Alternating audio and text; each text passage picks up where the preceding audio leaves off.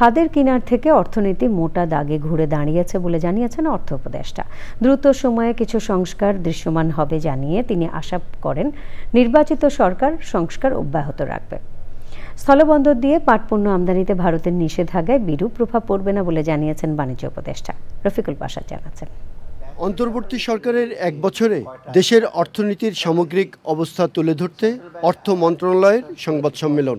এ সময় অর্থনীতি ঘুরে দাঁড়িয়েছে জানিয়ে অর্থ উপদেষ্টা বলেন, কিছু অনিশ্চয়তা থাকলেও অর্থনীতি ঠিক পথেই এগুচ্ছে। এই অবস্থা আমরা পেয়েছি দেশে অর্থনৈতিক অবস্থা, এখন এক বছর পরে যখন আমরা দেখি আমরা নিজেদের আমাদের মতে মোটামুটি সন্তোষজনক কিছুটা স্টেবল হয়েছে। মূল্যস্ফীতি প্রায় 14% ছিল জুলাই মাসে, এখন 8.55। রিফর্মটা কিন্তু আমরা যেটা কয়টা করব সেটা তো ফেব্রুয়ারির মধ্যে কিছু কিছু আমরা করবো যেগুলো ইমিডিয়েটলি করা দরকার, যা কতগুলো একটু মিড টার্ম লং টার্ম হবে সেগুলো কিন্তু আমরা হয়তো কিছুটা ছোঁয়া রেখে যাব রিফর্মের উপরে।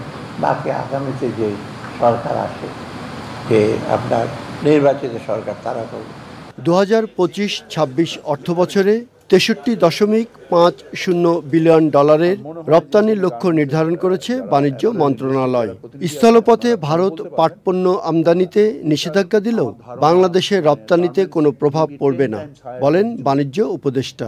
আমাদের দপ্তর থেকে ভারতের বাণিজ্য মন্ত্রীকে আমরা একটা চিঠি দিয়েছি, একটা দ্বিপাক্ষিক আলোচনার উদ্দেশ্যে। আমরা এখনো কোনো জবাব পাইনি ওনাদের কাছ থেকে, বাট অফকোর্স এটা ওনাদের পার্টিসিপেশনের উপরে নির্ভর করে।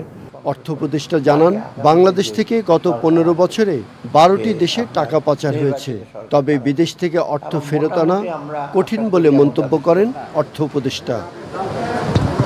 Rafiqul Bashar, channel I, Dhaka.